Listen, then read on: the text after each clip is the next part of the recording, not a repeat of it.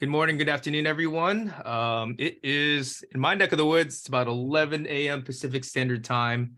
Go ahead and get yourselves ready. We'll get started 5 into the hour, come 11:05 Pacific Standard Time. So thanks for joining us, guys. Yeah, pleasure. Thank you for having us on and being able to share this education with everyone. Appreciate it, Justin. Yeah, no, Thank you. good. And we got people from all over the country. Like I mentioned before, it's 11 o'clock in the West Coast. Me and Barton are in the Bay Area, and then Brian and Eddie, you guys are in Charlotte, right? East Coast? Yep. Correct. And I'm on the Atlantic Ocean right now at Myrtle Beach house. So we're good to go. We got coast to coast. Oh my God. That's awesome. Nice. Lucky Eddie, huh? I'll be back in Charlotte tomorrow, Kieran. Okay. All right, say Janie. Thanks for the hello, and we'll get started at 11:05.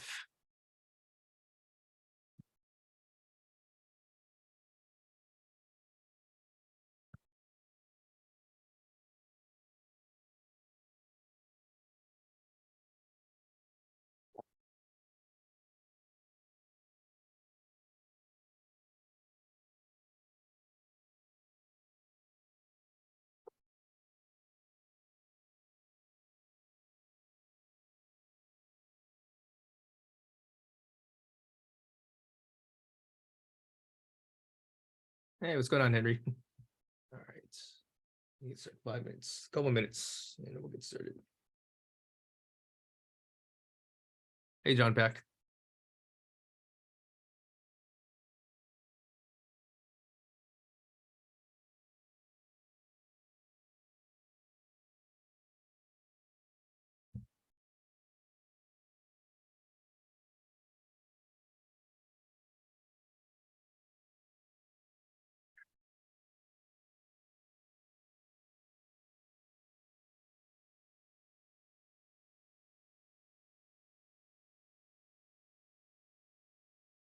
Oh, nice. Got a couple people from Bay Area.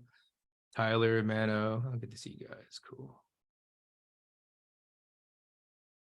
Jane.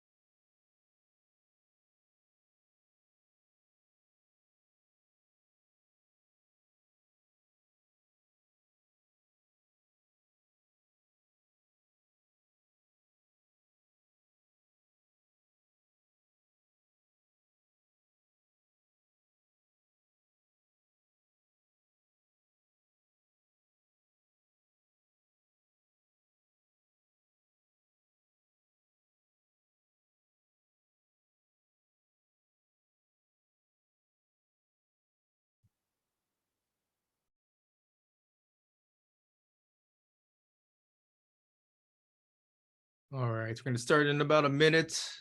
Appreciate the hellos. Christina, Rose, Danny, Twan. Appreciate the love.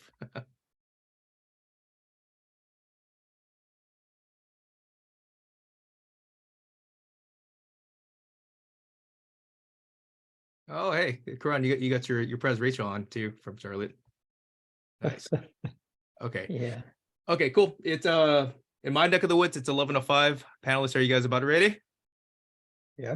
Okay, let's rock and roll. So to our attendees, good morning, good afternoon. Once again, thank you so much for coming on for today's ARIA National Commercial Zoom. My name is Justin Wong. In terms of ARIA, I reside in the ARIA Greater East Bay chapter in the Bay Area, which is the Alameda County, Contra Costa County of the Bay Area. And for today's panel, as you guys know, it is titled Commercial Real Estate Syndication 101. And we have three awesome panelists that I want to go ahead and introduce. But before we get started, just to give you some of the ebbs and flows of the event, what we're going to do is I have my panelists, I have a couple questions. Please allow us to make our presentation. And then on the bottom right, as you guys see, if you guys have any questions that you guys want to put out for the panelists to address at the end of our presentation, we will have that Q&A session. So once again, let's go ahead and get ready to go. So first and foremost, I have Eddie Blenton, CCIM, and there we go. Eddie holds a real estate broker license in both North Carolina and South Carolina. He got a CCIM designation in 2001, and since then he has served in both the North Carolina CCIM chapter as president in 2010. He is a member of the CCIM board since 2013, and he was the global CCIM president in 2020. While he initially operated as a leasing agent and property manager, he has since specialized in areas of retail and investment brokerage. So thank you for coming on, Eddie. Thank you for having me today. I look forward to it. Of course. Not too far away, we have another CCIM, Karan Patel in Charlotte. He belongs to one of the newest chapters in ARIA in Charlotte as the vice president. Along with his CCIM designation, Karan specializes in hotel, gas stations, and multifamily syndications, and is the owner of an EB5 regional center in Charlotte. Thank you. Outside of that, he's also developed $50 million in multifamily syndications, and he has consulted in over $100 million in commercial real estate all throughout Charlotte. Karan, thank you for coming through. Thank you. And last but not least, I'm from the Bay Area. I got my boy Barton from the Bay Area as well. Barton, actually, he's been investing since 2018 in both long-term, mid-term, short-term rentals, whether it's single family, corporate housing, travel nurses, vacation rentals, apartments, you name it, for syndications. But prior to real estate, Barton was actually in the healthcare industry for Kaiser Permanente for the last 10 years. But since then, he has grown his real estate portfolio to 250 multifamily units all throughout Texas, Arizona, California. Yeah, and Florida, actually. Yeah, East shout out Coast. to all throughout. Thanks for coming through, Barton. Thank you. Okay, so as you guys see on the panelists, we have it going around. I'll go ahead and have some fun and pick on our panelists, and I'll call you guys accordingly with the questions. Okay. Sure. Okay. So going back to it, commercial real estate syndication 101. So you hear the term syndication, you hear the term fix and flip. I mean, what is real estate syndication? And real estate syndication, it's essentially a real estate investment partnership that can be a viable way for multiple investors to pull their money, pull their resources together to fund a single investment.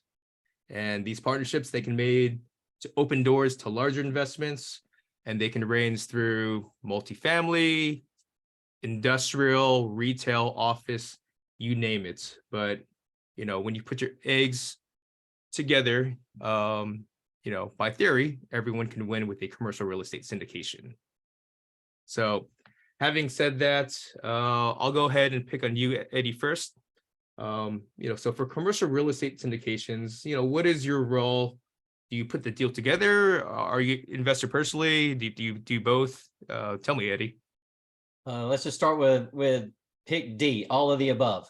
Okay. And so traditionally for around 20 years, the first 20 years in my career, I actually represented syndication sponsorship type deals in locating the assets to purchase. And so that was more on the third party brokerage side. But today it's more of a 75%, 25%, 25% being the brokerage entity. I do own and operate in the Carolinas, but I have a broker in charge that runs that operation for me, which allows me to spend the other 75% of my time in the investment venue. And that would be sponsorship, kind of syndication type deals to where we're actually putting them together, or we represent syndications around the country to locate deals within our markets. And as Kieran and I can both contest to, the Carolinas are hot right now, as we all know. So we're feeling a lot of phone calls and a lot of interest these days on both the brokerage side and the investor side for syndications. Okay. What about yourself, Karan? So commercial real estate syndication is kind of, I'm doing both. So I'm a syndicator as well as an investor. So for me, if I'm looking at any project or any deal, the first thing I'm looking at that as I'm investing my own money. So I put my money, if it is in our range, then we do it ourselves. But if we need more down payment, then syndication is what we do. So I am a syndicator as well as investor together. So both. Excellent. Last but not least, you come from healthcare and now you're in real estate, Barton. So what's your Yeah, I background? mean, some of the biggest reasons why, in syndications that, there's two different sides. There's an expert, the operators, the sponsors, someone like Kieran and also Eddie over on the East Coast. And then you have us who, we are passive investors. I came out of the healthcare field and I was getting burnt out. And I was like, you know what? I need to find a way to use this money to be able to create some passive income. And being able to take a lot of investors here from California who don't want to buy in California, but invest in hot markets like Charlotte, being able to pair that and marry the two. And that's the reason why we created our syndications, and also being a fund manager as well too, being able to marry the two and work on different projects with these experts and top-notch guys over here in Charlotte. So, and being able to find the deals, work with operators, and also investor relations. That's my biggest role in the syndication side. All right. And then, conversely, you guys always hear, like I mentioned before, fix and flip. You find a distressed property, you revamp it, you profit per se, right? It's a different model from real estate syndication. So I mean, Karan, why go into syndication versus your traditional fix and flip? Well, going into syndication is just because if we come across a deal that, okay, this makes sense for us, investment, cash on cash return, bank is willing to finance us. The amount of down payment we have is not enough to do a bigger project. If we fall into that situation, then we go to commercial real estate syndication, saying that, hey guys, this is the project I'm working on. This is what it is. We have this much down payment with us in our pocket. We need more. So that way bank can give us financing. Would you like to invest some money? That is the main reason we go towards syndication. Throughout the years, most of the projects I have done, that is own money. We buy property, keep it, buy and hold, keep on getting cash on cash returns. Mostly I have done hotels, and all these last more than a decade, we've been seeing more than 20% return in hotel industry. So syndication is something when we are short on down payment, that's where we go towards that route. So. Okay. What about yourself, Eddie? Why go into commercial real estate syndication? Well, the syndication allows for two things. Number one, it allows our capital partner group to move forward on larger deals, whereas we may be limited on a smaller deal. The smaller deals are typically done with the investors that are right there in our sphere of influence, those that we already have relationships with. And with the syndication, being able to reach out and really bring in a larger pool of investors that not only will be able to invest in that larger deal with us at that moment in time, but also once we do a good job, we'll be able to stay with us and reinvest the money in the future. Excellent. Barton? Yeah, same thing as well, just what you mentioned. I mean, it's really dependent on the market, right? And as we know, the market is going crazy, and being able to comp out and get your properties where it wants to be is definitely a lot harder nowadays. So maybe buying a property for a fix and flip project, you might have to get it at 60 cents or 70 cents on the dollar now to account for any kind of fluctuations in the market. But that's the thing about single family and fix and flips. They're dependent on the comps on single family residential. But on the commercial side, we're still able to use the revenue-based NOIs to be able to influence and do some forced appreciation on the commercial side that you can't do on the residential side. Okay, and just this is a 101. I know you mentioned NOI. Barton, what is NOI? Oh, that's pretty much your net operating income. So that's the profits that comes in from the business, essentially. Because on the commercial side, you're really running a business, and being able to take those net profits and using that to you use a different equation for that, right? You take your NOI divided by your cap rates, and you come up with your evaluations and the value of the property itself. Where the comps on the residential side, it's dependent on what has everything sold in the market in the last 3 months or 45 days or so.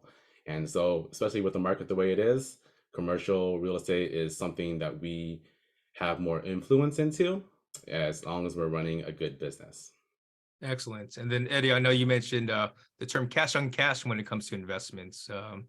What is cash on cash? Yeah, cash on cash is a percentage of return on the dollars that I place in versus the dollars I receive out. That's a pretty simple formula.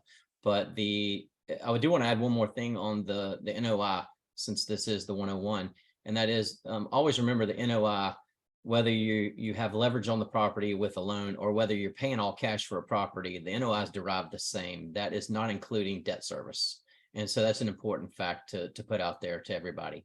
But back on the cash on cash, that's how most of my investors and ourselves look at the deal. We're looking on the cash that we're going to get back in a percentage value versus the total value of the cash.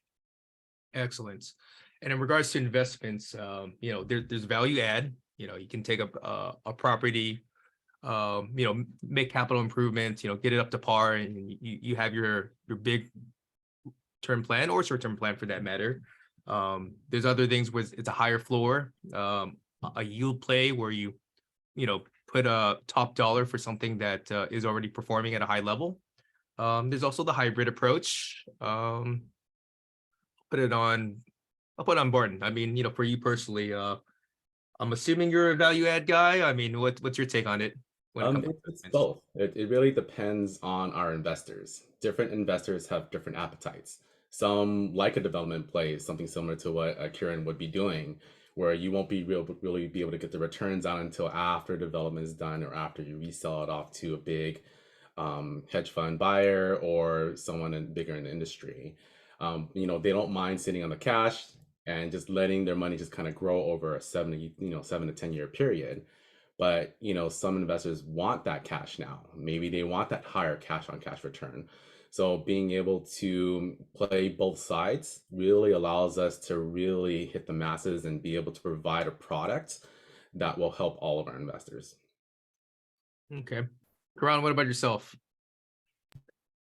Well, I'm a long-term hotelier. So my investment approach is that if I'm putting $100,000 on table or $1 million on table, end of the year, I need 20% return. So that is our investment approach, cash on cash, whatever money we put on table, we need 20% return. End of the year, if it is an existing project, we are buying it. So that is our cash on cash is number one priority. Value add, that is hand in hand along with cash on cash.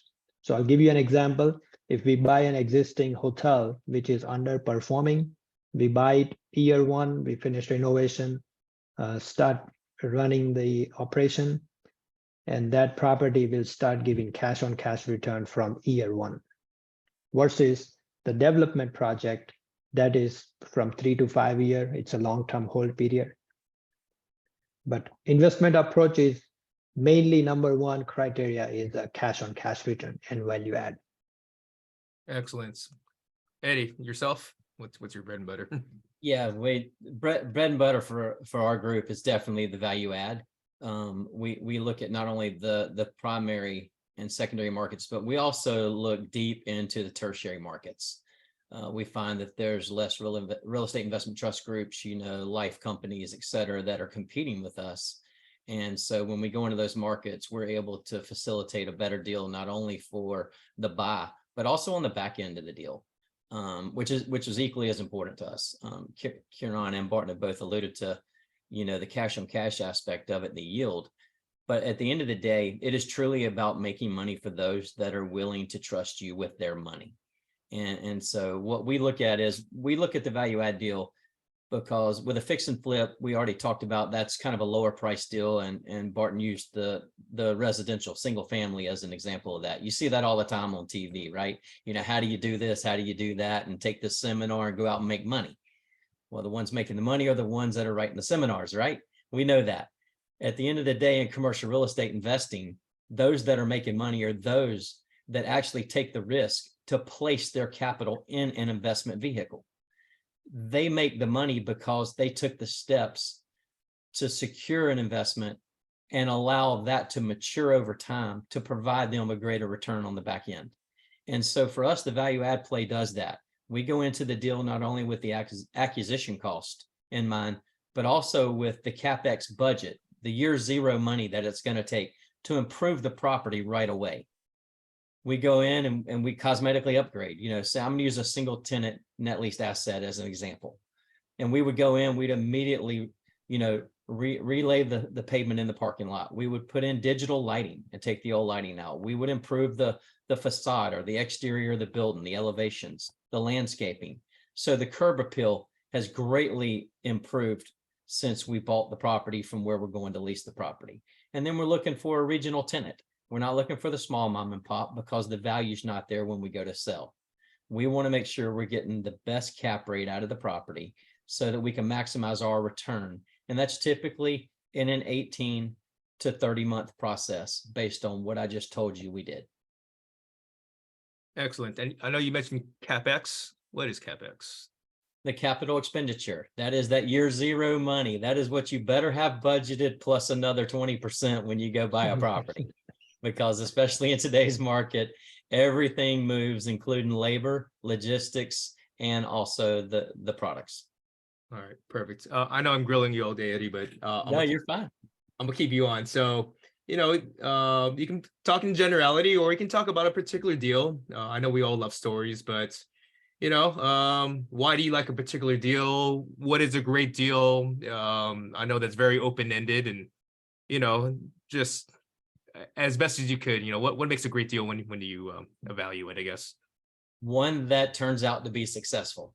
That's the nutshell, right? Right. At the beginning and end of the day, the best deals for our group are ones that we have the expertise in taking from where it sits today and where it's going to end up tomorrow. We do not work outside of our specialties, our experience, and our expertise, because that is where we provide the most value, not only to the property itself, but also to the investor. We have a KLT model, and that is you have to know, like, and trust us. And so we have to also know, like, and trust you as an investor, that you're in it as a teammate with us and you fully understand. We may have to go down the road, but we may have to deviate left and right every now and then. And especially with a value add play, you're going to find something that you didn't know about, but you just have to pivot through it. You have to have the reserve sitting there, which is that budget, and know that you can overcome any obstacle with yourself and your team as advisors on the project. My favorite deal was one that I did in 2016 to 2018. We bought 5 restaurants in a portfolio out of state, and were able to purchase those for $4 million.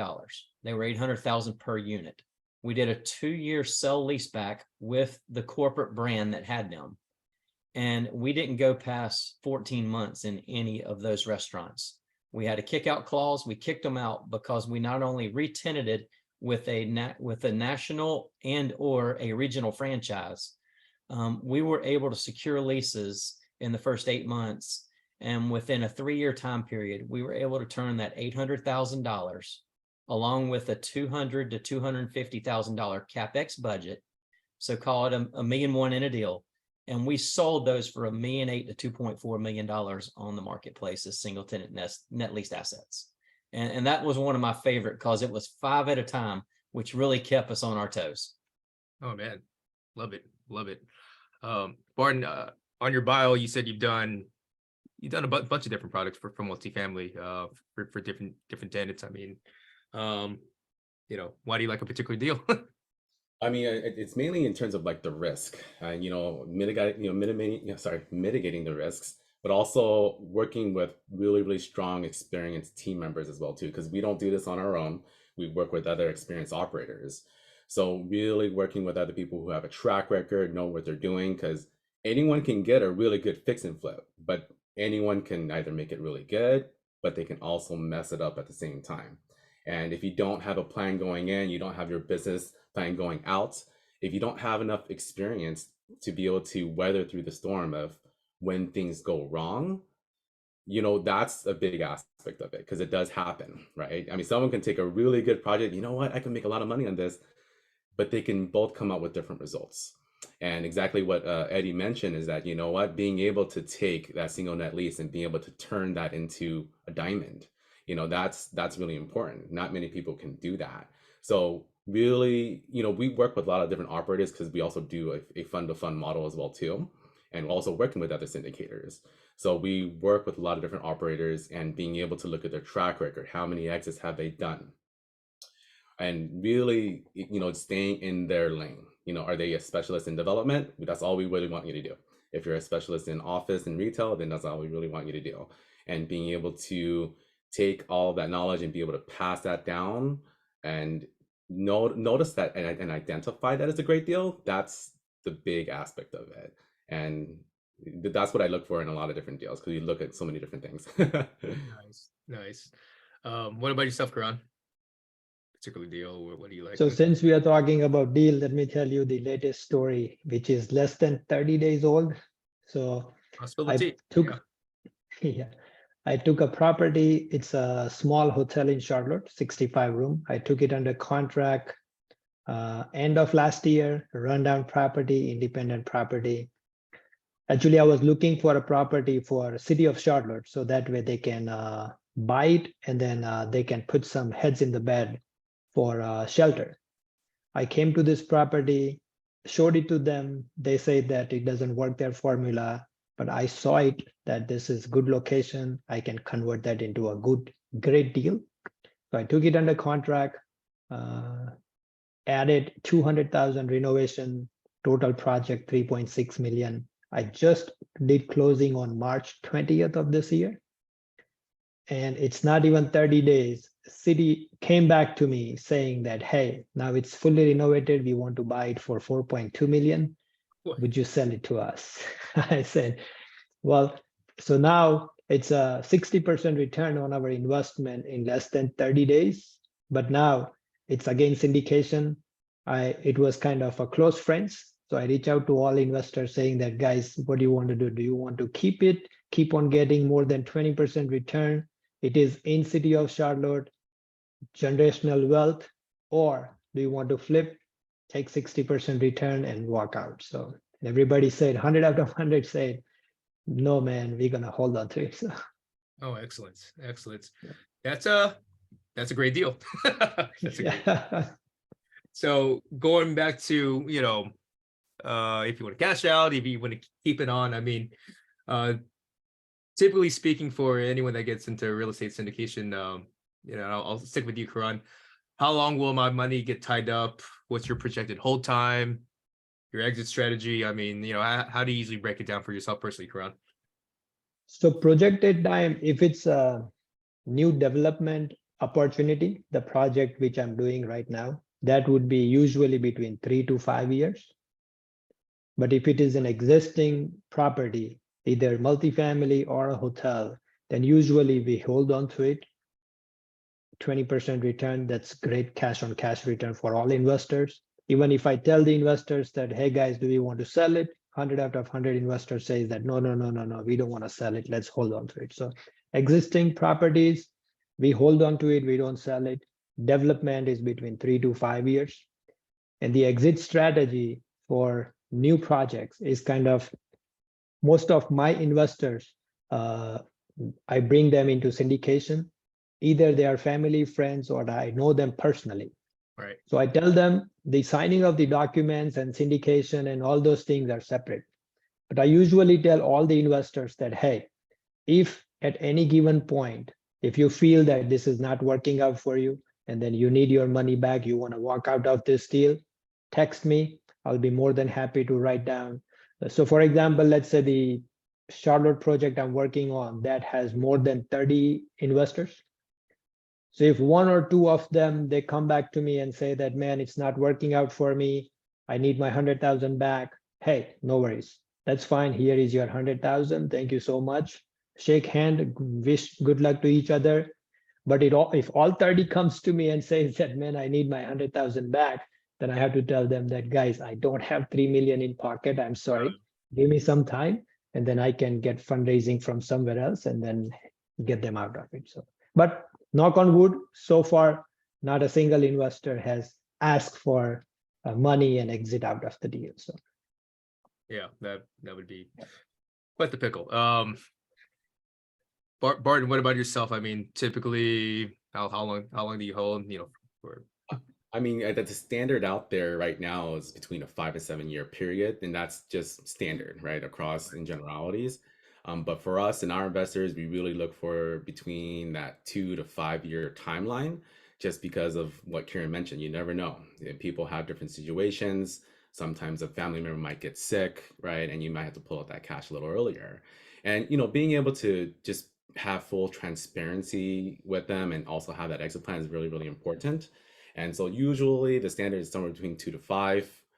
Standard is 5 to 7, but we do try to get out sooner than that at 2 to 5 period, because we want people to be able to increase their capital as fast as possible, but of course as safe as possible as well too. excellent. Eddie, I know you do a lot of retail and office. Is it longer? Is it, what's typical, or what do you see? I think the word is the typical, just like Barton was talking about, is the 5 to 7 year, what you're going to see out of most of the players out there in today's market. I break it out into two different property types, one being a new construction property.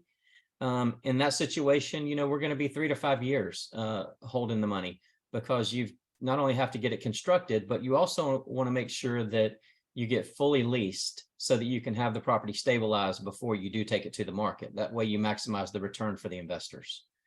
On the existing, which I was talking about, specifically the single tenant net leased assets, on an existing, it would be a 2 to 3 year time period.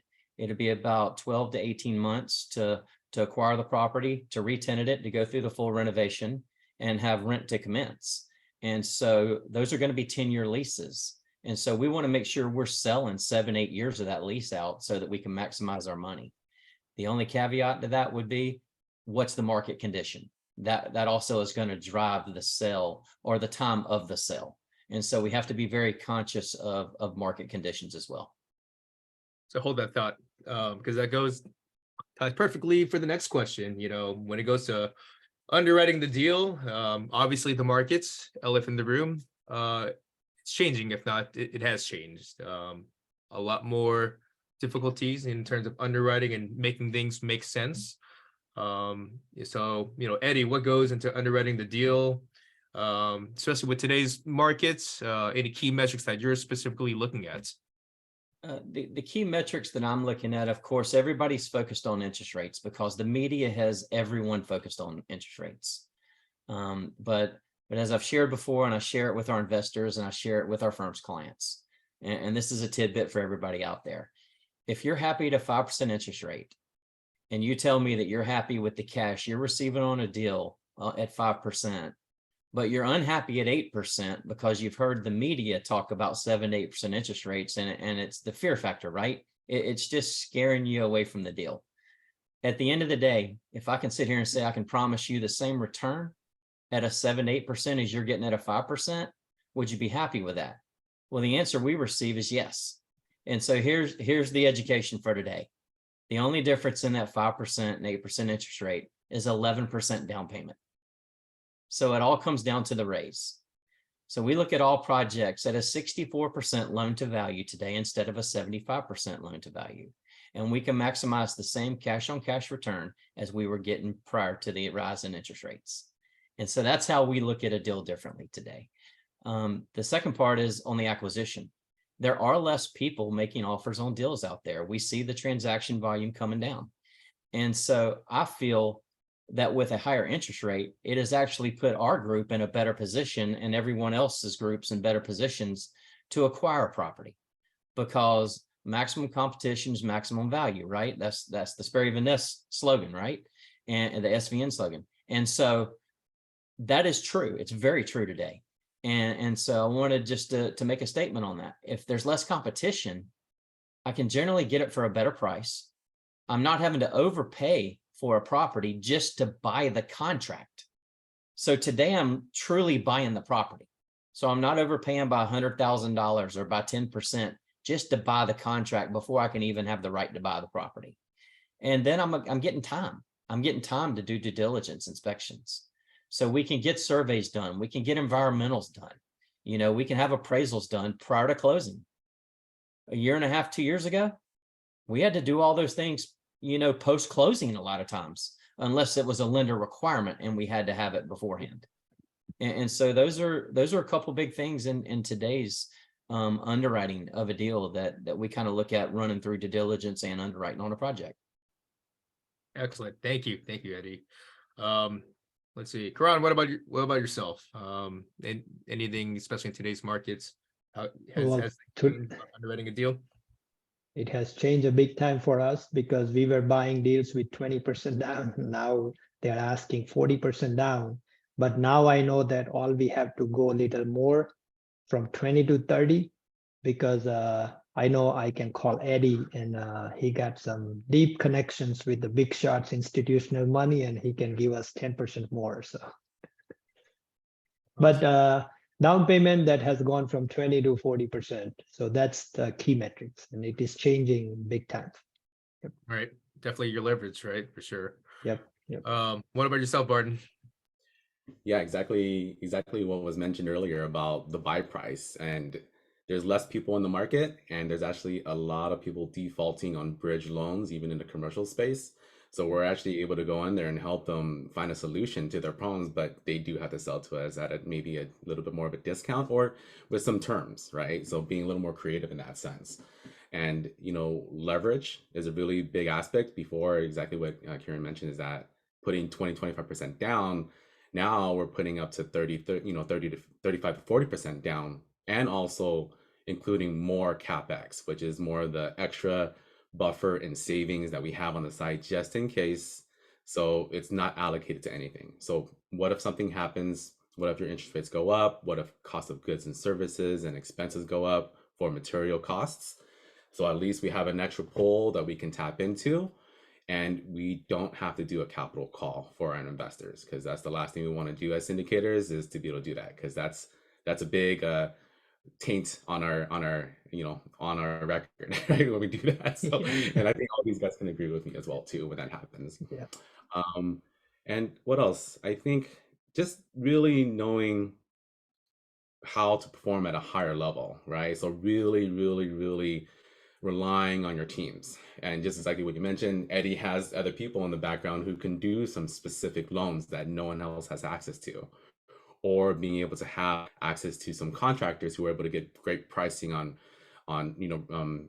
materials that are needed for the rehab. Not many people have that, and being able to, see that a lot of the big players are actually going to be able to shine a lot more. And a lot of the people who are just kind of new to the industry, who don't know what they're doing, they're going to get phased out during this time of the market. And we're seeing that right now. And, which goes to the next question. I mean, you come from a different industry, you come from healthcare, then now you're in real estate, and you talk about your team, and it's probably very important to have that team, especially during these times. I mean, how important is your team during the syndication process, and just everything that comes with it? Oh, it's important. It's very important. I mean, the teams and operators that we work with, we vet them. We make sure they have exits. They have a plan that has been proven, and a tracker that's been proven as well too. And being able to have that is is a big part of it. One of the operators that we work with, because expenses have been going up on materials and rehab cabinets, everything you need to value out a property. If all those costs and goods are going up 10-20%, that eats into our investors' profits. But being able to create solutions and problems around that is that, okay, well, they have a warehouse where they actually buy everything in bulk. Now they're able to buy everything at a wholesale price, and now they have fixed costs on the materials.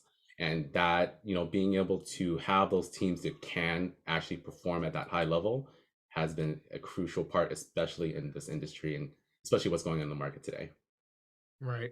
And then Karan had mentioned about Eddie. Apparently Eddie's got a pretty all-star team for the syndication process. Eddie, how important is your team and with everything that comes along with it? It's very important. And before we created ourselves and really got started, I did a deep dive into the most successful teams around the country that were performing in this type of specialization. And so I really did reinvent the wheel, because you didn't have to, but you certainly needed to create your own team that resembled the wheel so that it would always roll downhill instead of fighting the uphill battle. And at the end of the day, they don't have to be in the office on staff, but they do have to be accessible for the deal. So I'm blessed to have a CPA on staff who can look at things from the tax side very quickly, which is real important, especially when you're looking at the pre-tax versus after-tax returns on a property. And each individual's tax situation is always going to be different. So, when you have, say, Kieran mentioned 30 investors on the project, when you have 30 investors on the project, there's not a one size fits all when it comes to the tax, right? And so you really need to understand each person's position with their investment to better serve them. I have 2 virtual assistants that are on the team as well. One is a researcher based out of Austin, Texas, and he's been with me now since 2018, and he does a wonderful job. I mean, the deep dive, can go 30-40 levels deep on a property, and obtaining all the information so that when we do put something together, we know all aspects of it, down to the zoning, the floodplain, everything that has to do with the property, including access easements, restrictions, everything that will play into it. And lastly, 2 years ago in 2021, September 21, we added an additional CPA who also is a CMA. And his whole consulting practice was around those that were of $10 million or more net worth. And so it not only allowed us to have someone who fully understood a larger deal going in, but it also allowed us to tap into extra capital avenues as well. Excellent. Thank you. Karan, anything else you'd like to add to light about, your team, your leadership for syndications? Nope. Team, I mean, same thing. I'll add the same thing. So team is very important, but usually I keep 2 separate teams, one for new construction, one for the operations existing project. The operations team is separate, construction management, land development is separate, fundraising, investor relations. One piece I'm missing, that is social media and marketing. That is what I'm going to learn from you guys, Eddie and Barton as well, so I can add into my portfolio this year. So we're commercial real estate people. We can always improve on our social media for sure. Having said that, final question on my end for the panelists, and it's very general, but obviously you guys have had your ebbs and flows, your highs and lows with commercial real estate syndications. Especially today, it's a troubling, well, I won't say it's troubling, but it's a difficult market right now. Any common mistakes, and I'll keep it with you, Karan, any common mistakes that you came across that you would advise our attendees?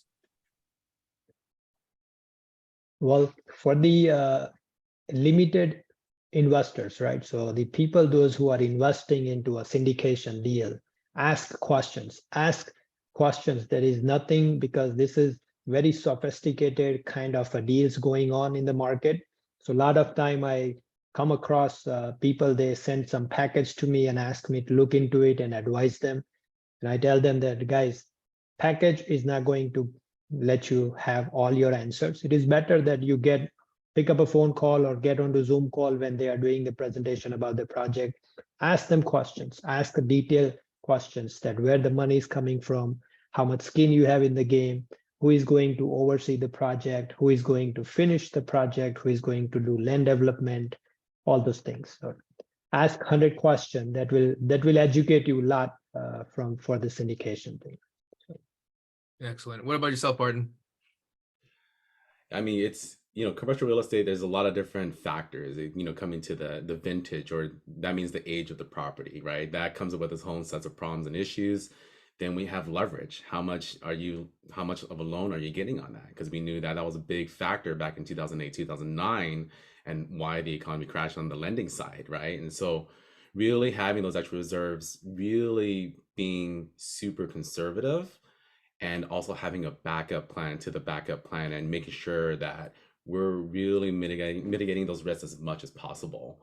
And we are highly regulated by the SEC as well too. I think that was a question actually that came up, but we do have to follow a lot of different rules and guidelines, and making sure that you're working with people who are fully transparent.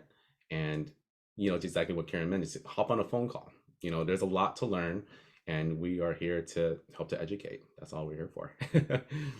Perfect. And last but not least, Eddie, common mistakes, anything to our attendees? Yeah, and I'll name three that are top of mind right now. Number one is underwrite, and underwrite it again. And you need to fully understand the property, and that is doing the proper due diligence and inspection work in advance before you present it to the investors. Because one of the worst things you can do is that you find something out after they've already agreed to place their money, and then you have to tell them they're not going to be involved with the deal because you're walking away. That's one of the main things. The second is over leveraging based on the risk. If it's a higher risk property, we're going to go in at a 50% loan to value on it, as opposed to the 60-65 that we were talking about before. And that's because we're going to give ourselves a little more freedom to have a mistake, or have a little more time period that it may take to lease up, or even to build out, during the renovation process. And Barton talked about it, the whole process of construction, logistics, supply chain. In the past, you see apartments, multifamily being built out there today where, the windows would come in 6 months into the project. Now you're seeing multifamily developers buying the entire window package and storing it in the middle of the field with a fence around it, just because they want to make sure the windows are on site. They don't want that to hold up the construction process. And so, doing it for the risk factor is one thing. The last, and this is true in everything that we do, not just a syndication or an asset purchase. We can't be a know-it-all. We do not know it all. And so we have to step aside as a team and say, who do we invite in to help us analyze this, and also to provide us with their expertise regarding what the issue is that we're talking about. The property is one area that you don't want to be a know-it-all, but the market is definitely another. Just because Charlotte, North Carolina, our backyard, we know it like the back of our hand, doesn't mean that we know Atlanta, Georgia, Fort Lauderdale, Florida, Kansas City, Missouri. We don't know those markets. So make sure that you employ as a part of your team, or attach those as a part of your team that have the boots on the ground, can provide you with the right information, and also provide you to the right contacts, not just for construction, but planning, zoning, for acquisition, attorneys, the legal work. Everything is so important. And we found that out the hard way one time.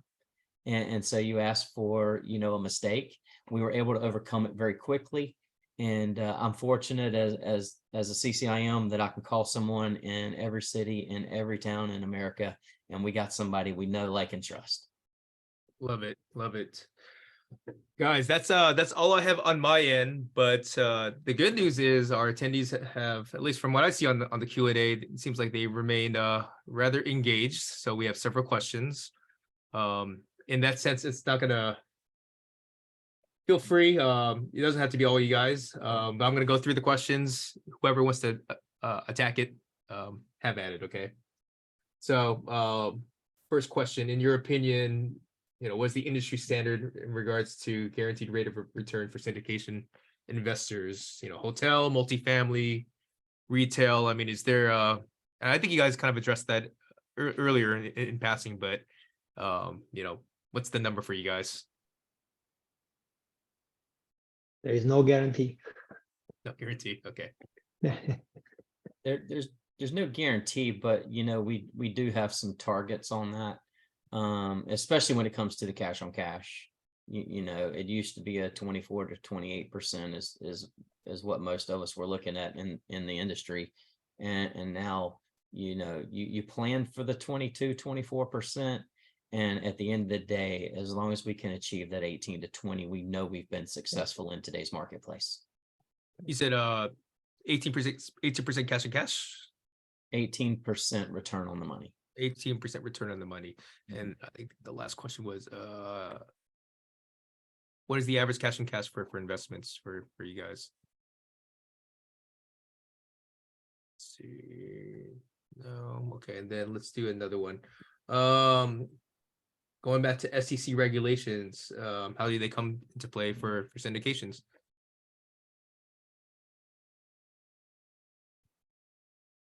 Barton, you want to take this one? Oh yeah, sure.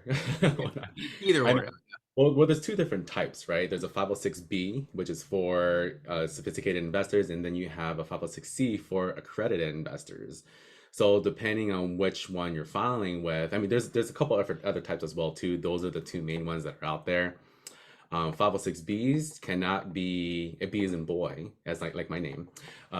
You cannot go out there and market it on social media. You have to have a prior existing relationship with them. And of course, this is all stuff that we've learned from our SEC attorneys. So we have a team of SEC attorneys that we work with on a regular basis to make sure that we are complying and we are doing what we need to not go to prison, right? I mean, that's the biggest part of it. A 506C, a C as in cat, is an accredited investor. So for those offerings, they usually have a document called a PPM document or another type of document, which is a 70-page document or more that you can go out there and market on Facebook, social media, wherever you can, and to people you haven't had a existing relationship with. So, with all the SEC compliance, it's really good to know who you're talking with. I don't know if you have any recommendations, but I work with the syndication attorneys out of Florida, which is with Kim Lisa Taylor. If you go to her website, she actually has a free book that you can learn about what syndications are, SEC compliance, and etc. But I'm not sure if Kieran or Eddie have anything or any kind of free books that people can access.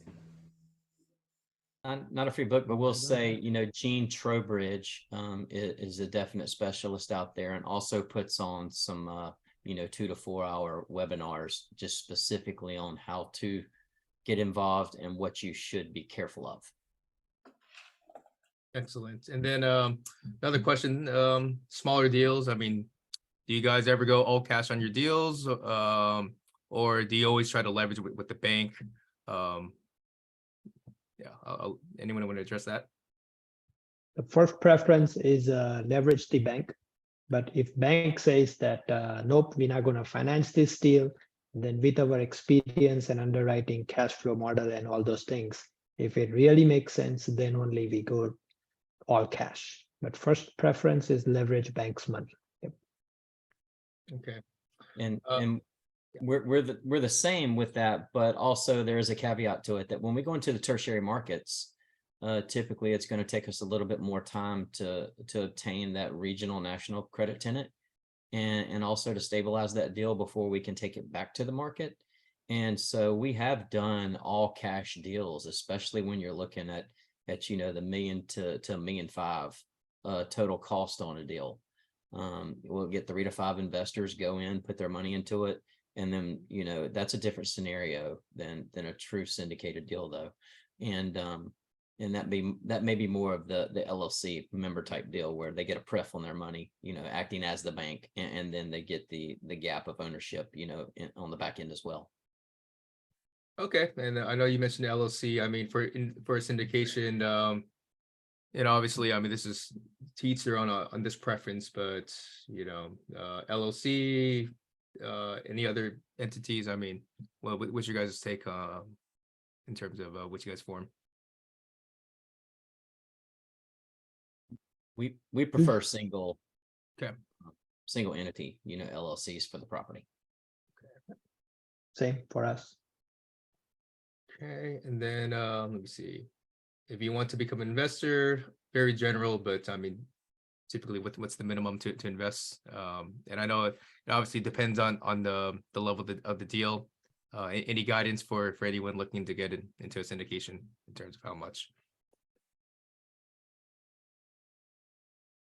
There are so many projects out there in the market where they will allow you to even start with minimum investment of 25,000, 50,000, 100,000. So it's not like all the syndication deals starts from X amount of dollars. So I have seen quite amount of projects in Charlotte area as well, where someone with just very little money, they can still be an investor, limited partner in the project. So. Okay, let me see, what else do we have? Let's see. Oh, I mean, it's a good problem to have. I got a lot of questions. I see several questions asking specifically, how do I get into commercial real estate? Can I go into commercial real estate part-time? Do I partner with a commercial real estate broker? It seems like there's a couple questions coming from the residential side, getting into commercial. And I know that can be very general as well. Any advice for getting into commercial real estate? Get your CCIM. Second that. It's the best training out there. And to your point, CCIM is Certified Commercial Investment Member.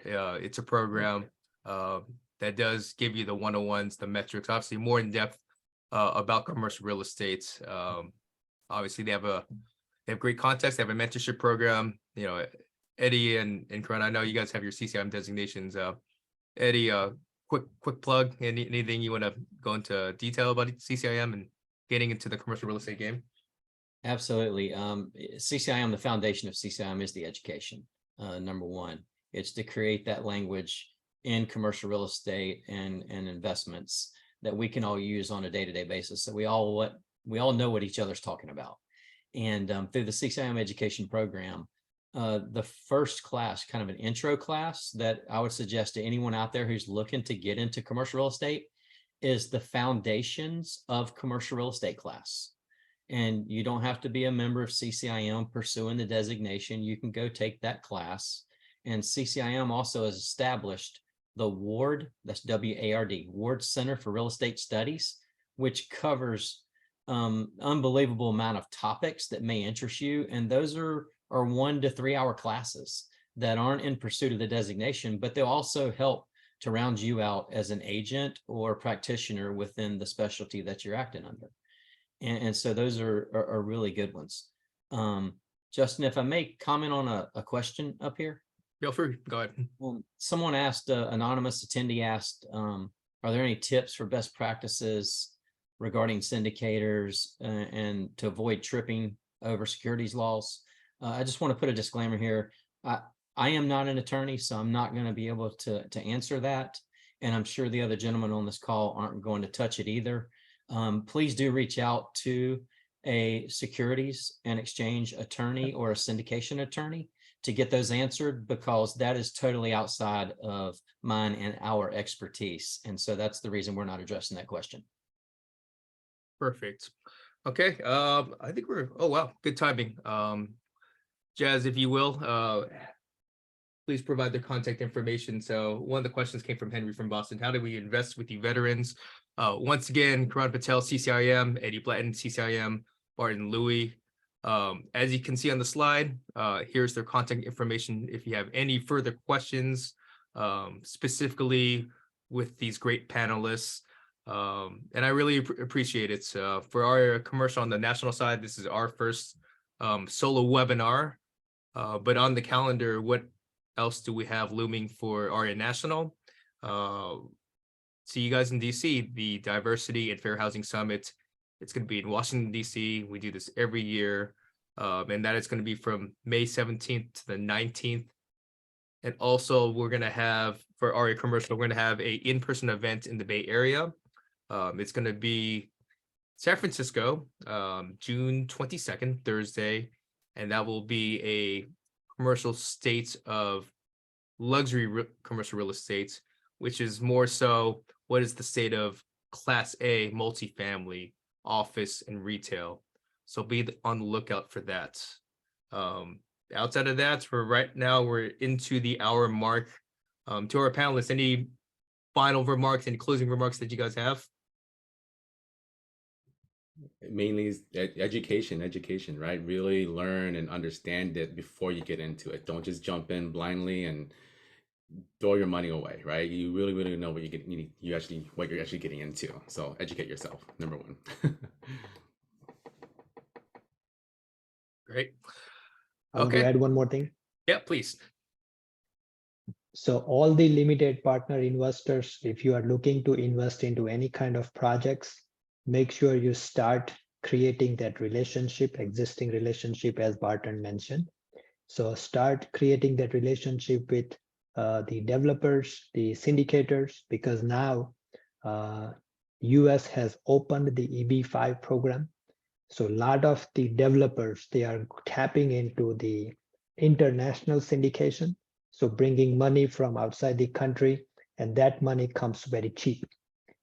So if you are planning to invest, make sure you start creating that relationship with local developers, syndicator, before the international fund take most of the investment part. Because I myself, until now, I was doing syndication fundraising from domestic US investors. But now since US has opened and changed the EB-5 program, so now we are planning to bring funds from EB-5 platform using our own regional center. So start creating relationship in your town, wherever, whoever you know, register yourself on their website, so that way you know that is one of the point that you have existing relationship with the developers or syndicators. So. And last thing, just to jump in, Justin, I appreciate being invited to be here today. It's been an honor and a privilege to be sitting here with Barton and Kiran and talking about what we do on a daily basis. And for all of you out there, the hardest thing to do is to take the first step. And so on behalf of this group, I want to challenge you, take the first step. Go do what you do. If you're in the commercial real estate brokerage business, go do what you do for yourself and others around you, what you do for your clients every day. And so I just want to leave you with that. Excellent. Karan, Eddie, Barton, thank you so much for your time. To our attendees, thank you for your time and consideration. Have a great week. Okay, guys? Thank you. Take care. Mhm.